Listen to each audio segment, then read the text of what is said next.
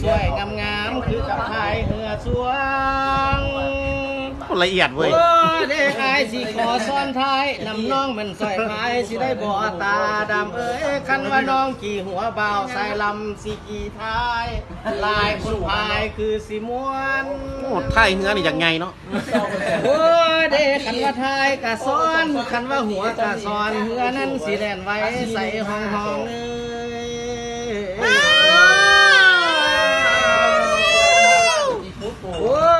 เด้ไอสิอยากหยับเข้าใกล้ไปเอาบ่าเสียนสิทธิ์เทเด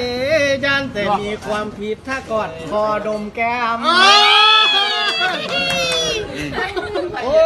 เด้คนงาม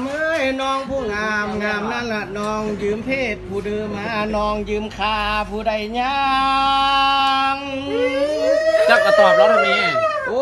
เด้น้อหรือว่าน้องนั้นยืมเพศนกเขาสาวคำนางน้องยืมเงานกเอียงเฮียงข้างน้องย่างมาบ่ดี